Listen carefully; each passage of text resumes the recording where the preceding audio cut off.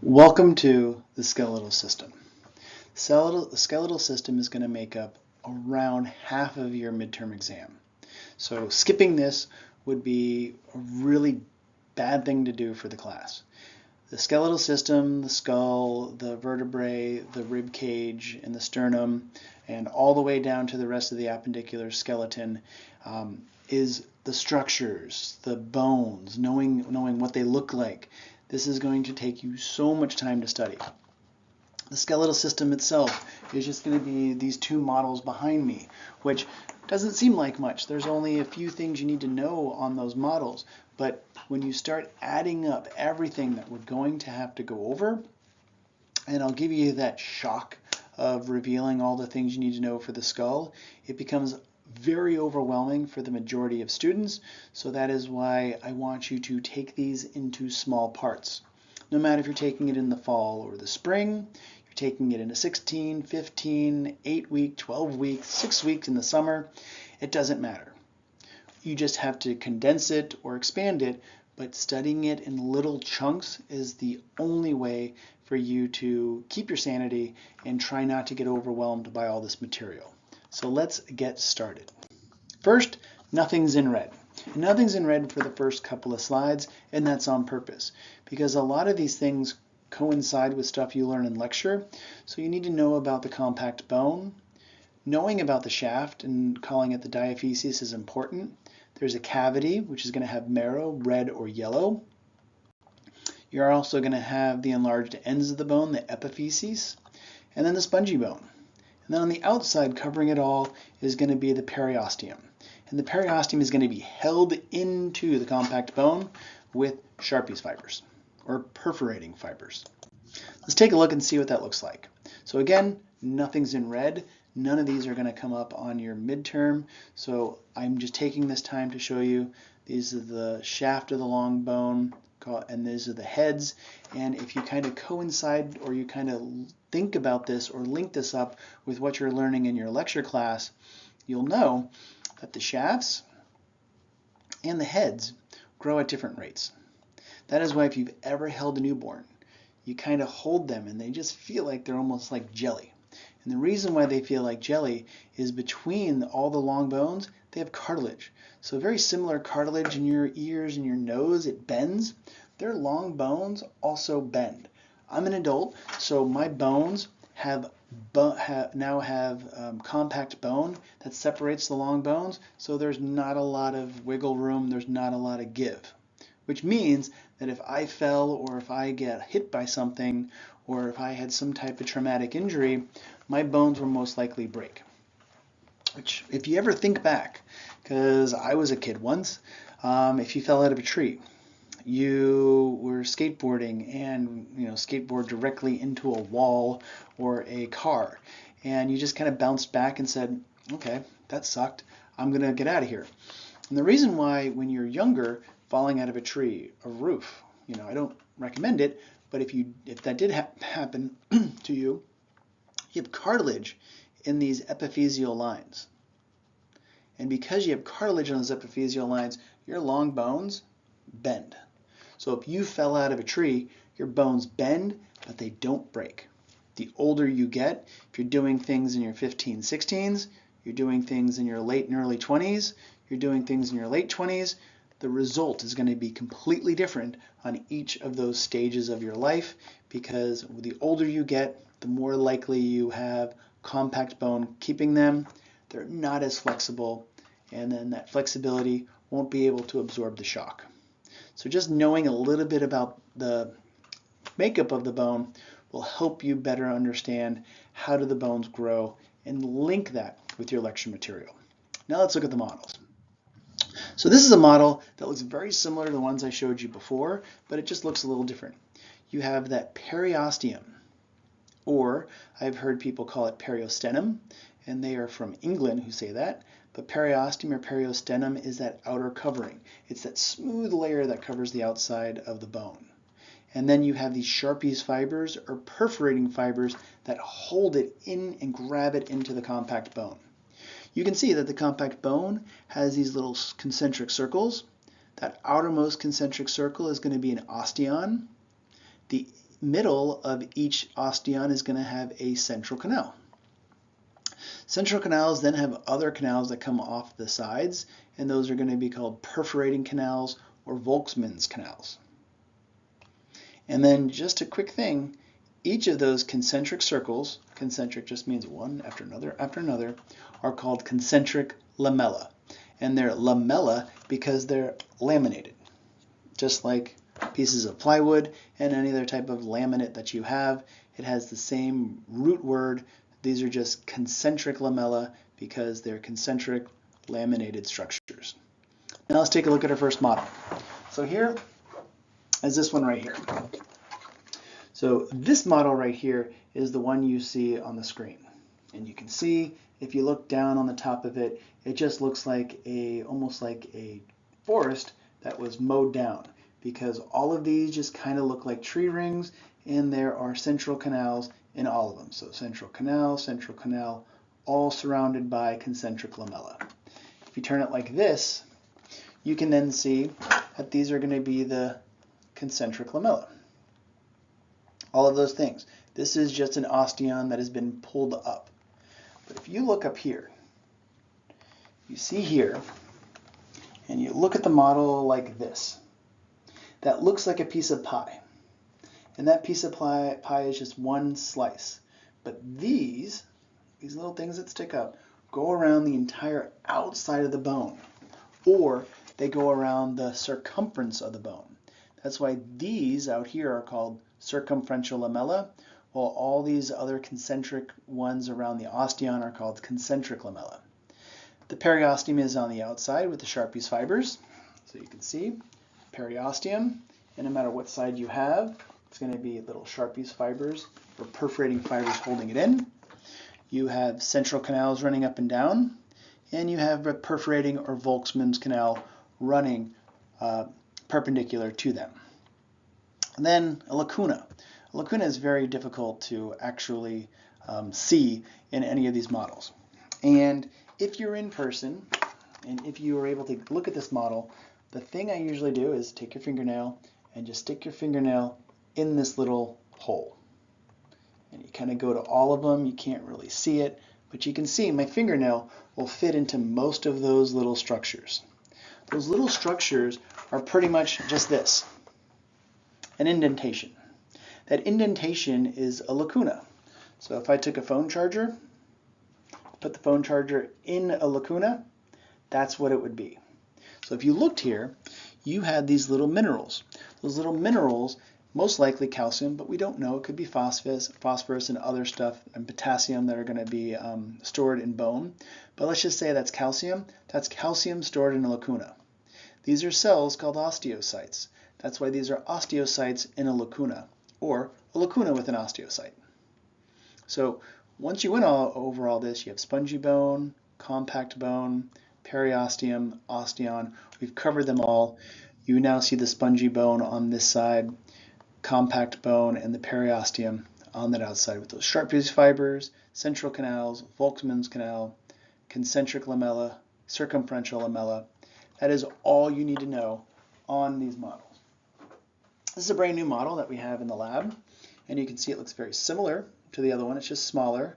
They do have a nice code on it right here that if you were in person, you could use augmented reality to kind of show you what are the different models on this particular model, where you can see the concentric lamella, central canal, you can see spongy bone, periosteum, Sharpie's fibers, and you can see all the different structures you can on the bigger one. But in online, most likely you're going to have these pictures right here, and you're going to have very similar structures just asked on the big one, because it is a little more detailed than the smaller one I just showed you.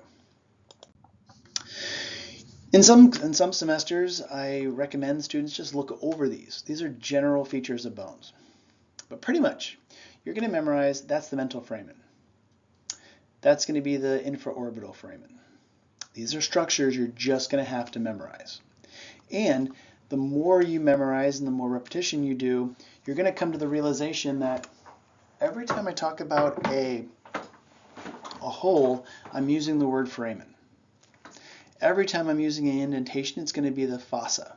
So this will eventually be, when we go over the appendicular skeleton, supraspinous fossa.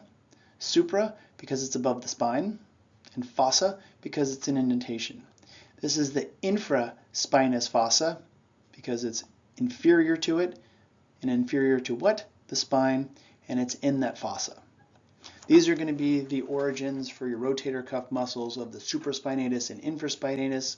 So just repetition and going over them, you'll start learning what's a spine, what's a process, what's a condyle, what are trochanters, what are tubercles. But trochanters and tubercles, that's great, but the only tubercles are in the body, the only trochanters in the body are in the femur, and the tubercles are going to be found on the humerus. That's something I'm going to point out during the appendicular skeleton PowerPoint. So please go through these, look at them, but if you're just having trouble with them, go directly to the PowerPoint slides that have all of the structures that you need to memorize. What we're going to talk about today is we're going to finish up with the skull. The next lecture is going to talk about the sternum and the ribs, and then include the vertebrae. The next lecture after that will have the clavicle, scapula, humerus, radius, ulna, radius and ulna, the hand, then the hip, femur, tibia, fibula, and then the foot. So we break it down into the axial skeleton in tan and the appendicular skeleton in green.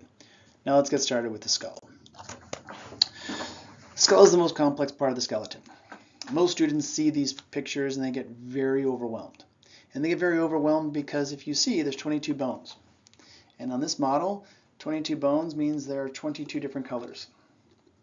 You'll see that the parietal bones, there's 2 on each side. They're the same color. You have temporal bone on both sides, 2 color, or same color.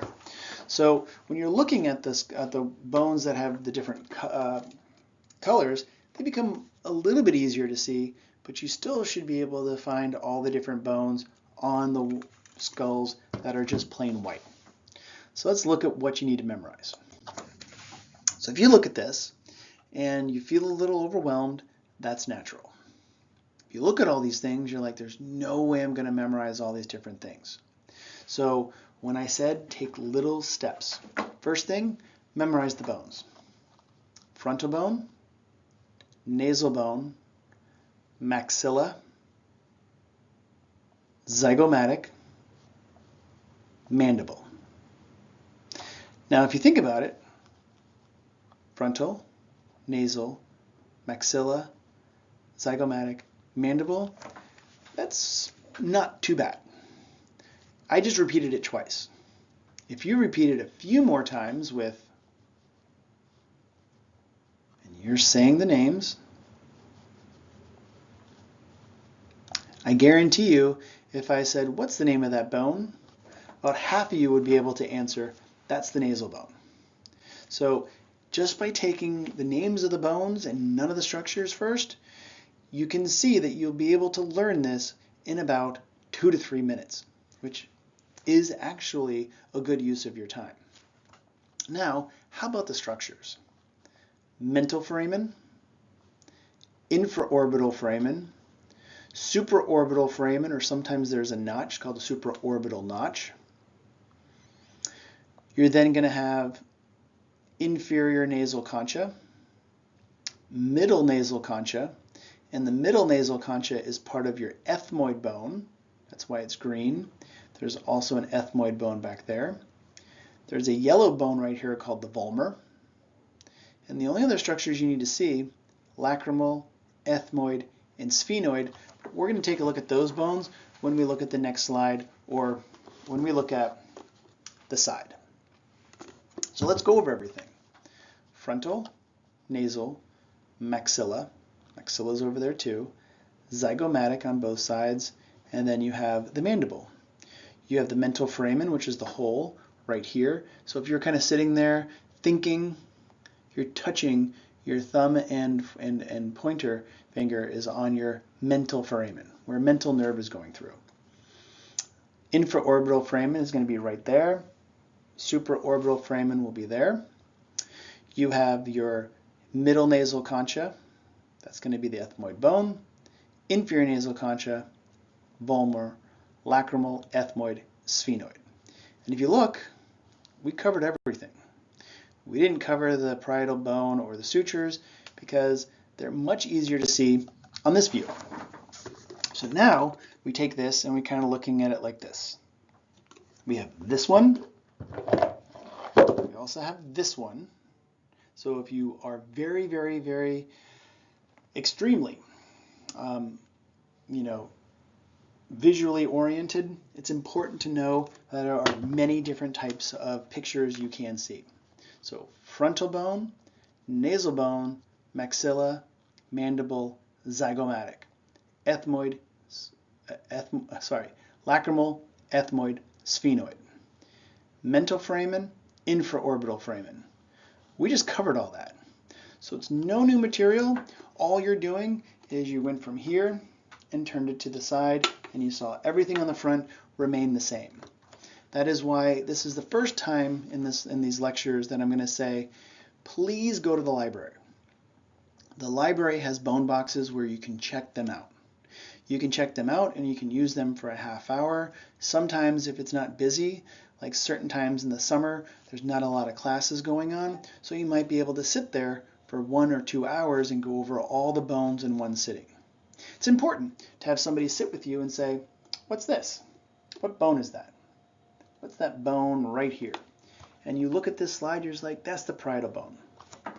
What's this orange one down here? Go here, that's temporal. What's the one in the back? Occipital. The only other structures that are new to you are going to be, you have the styloid process, you have the opening for the ear, which is the external acoustic meatus, you have the mastoid process, which is right back here behind your ear, and that's going to be for the muscles of mastication or chewing. You have your squamous suture between your temporal bone and your parietal bone, your coronal suture between the frontal bone and parietal bone, and your lambdoidal suture between your parietal bone and occipital bone. I'm skipping the lines, and the reason why I skip the lines is these models are pretty smooth. So they don't show the lines on any of these models, so it's very difficult for me to ask these in person or online. And then one thing that's kind of tricky is, you should probably learn this now. A process is named for where it's going to and what bone it's come from. This is your temporal bone. This is your zygomatic bone. This process is going to the zygomatic bone. So this is the temporal process of the zygomatic bone. This is going to the zygomatic bone. So this is the zygomatic process of the temporal bone. And those two make up the zygomatic arch, or your cheek, right there. We don't have this view, but it's important to kind of look at. This is where you can see the ethmoid bone. You can see it has a little ridge or a kind of shark fin right there. We're going to look at this shark fin when we look at the top, because it's very important. That shark fin right there in the middle keeps your olfactory bulb on left and right, and we'll talk about that in a second. You can also see the vomer that looks very small. It goes all the way up. You can see the sphenoid bone going all the way down, and you can see how big the parietal, frontal, temporal, and occipital bones actually are. Let's look at the bottom. So again, oh my gosh, it looks like a lot, but you have the occipital, parietal, temporal, sphenoid in blue, vomer in yellow, maxilla in, I guess, bone color, white, and then the zygomatic bone in blue. The only other bone you haven't learned yet is the palatine bone. And if you take your tongue and rub it on the roof of your mouth, this is going to be the hard palate of the maxilla and the palatine bone, and then the soft palate will be right below it. And that's just going to be soft tissue. And you can see we have another process, palatine process of the maxilla, because this part is going to the palatine bone, which makes up the end of the hard palate. Other important structures, where are your vertebrae sitting? Your vertebrae are sitting on your occipital condyles. Your spinal cord is going to be going through your foramen magnum, or large hole. Your jugular vein is going through your jugular foramen. This one right here, it kind of looks like a knife. So if you took a knife, you stabbed it, and you just did this, you made a laceration. And this jagged edge is called your foramen lacerum because it looks like a laceration. Above it, you have your foramen ovale and foramen spinosum. Foramen ovale and foramen spinosum are very important because you have arteries, veins, and nerves going through those really small holes. If those arteries and veins, they get high blood pressure, stress, any other types of things, they can start to bulge and they start to push on those nerves. And pushing on those nerves can cause migraines and other types of intense types of pressure and pain in your head. You also have your external acoustic meatus, which you can see on the side. And then you, right above that, you do have the place where your mandible sits in, and that's your mandibular fossa. Two more structures. On the sphenoid bone, you have these little wings.